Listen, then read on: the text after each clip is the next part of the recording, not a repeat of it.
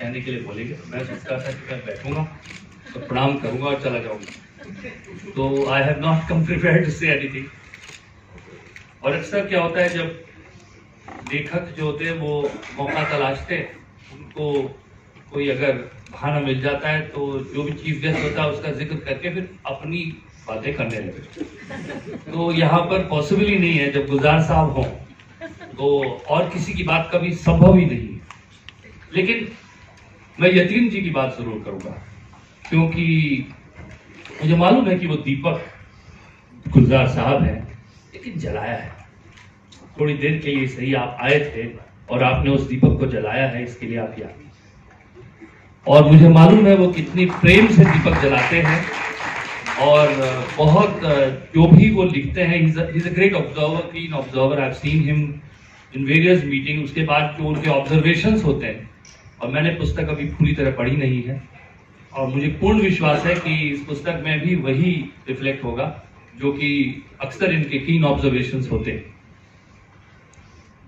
गुलजार साहब से कौन प्रेरित नहीं होगा।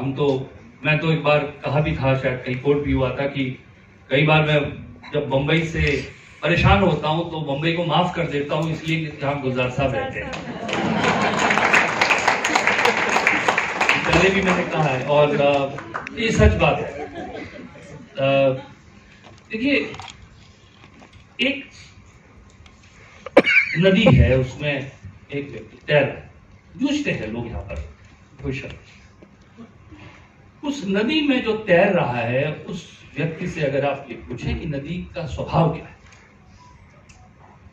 नदी बड़ी आक्रामक है, तो very aggressive and fighting, is a fighter. You are trying to swim against the tide. आप लहरों के विपरीत आप तैरते, तो आपको आक्रामक है। लेकिन उसी समय एक व्यक्ति नदी के किनारे खड़ा है, और उससे आप पूछते हैं कि नदी क्या है। कि नदी तो बड़ी शांत है, मैं तो ध्यान लगा रहा हूं, मैं तो बैठकर यहां पर ध्यान कर रहा हूं, ये नदी तो मैं साक्षी भाव से इसको देख रहा हूं। वही नदी है। गुलजार साहब की नदी में हमेशा एक शांत नदी हमें दिखाई देती है।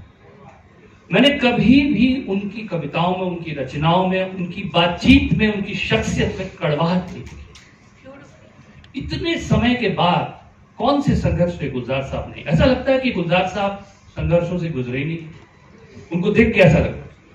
ये उनका स्वभाव है, ये उनकी पर्सनैलिटी है कि जितनी बार आप उनसे मिले, आप पॉजिटिविटी से भर कर, और ये मैं बातें दिल से बोल रहा हूं, कोई सोच नहीं रहा हूं, जो मुझे गुलजार साहब से मिला वही आप तक पहुंचाने की कोशिश करूं। गुलजार साहब से जितनी भी थोड़ी देर के लिए मैं मिलूं, चाहे वो जयपुर लिटरेचर फेस्टिवल में बरगद के पेड़ के नीचे उनको अपनी नई रचनाएं सुनाऊं, या बच्चों के साथ कोई सेशन हम ले रहे हो, बातचीत करूं, I have always observed him like you are filled with the positive energy for life. ये जिंदगी इतनी खराब नहीं है, लोग इतने बुरे नहीं हैं, धूप इतनी कड़ी नहीं है, कहीं पर छाया है, कहीं पर इंसानियत है, कहीं पर खूबसूरती है, कहीं पर वो गुड़ की डली है जो मुंह में खुलती है। और वो गुड़ की डली गुलजार साहब अक्सर जाते समय आपके हाथ में रख देते हैं, आपकी हथेली में, और आप गुलजार साहब अगर जिन्होंने पतंग उड़ाई है, मैं गुलजार साहब को देखकर ये उस वक्त भी ये सोच रहा था, और विशाल जी बैठे हैं, विशाल जी खुद इतना अच्छा लिखते हैं और गुलजार साहब से प्रेरित होकर लिखते हैं, और बार बार कहते हैं कि मैं गुलजार साहब से प्रेरित हूं।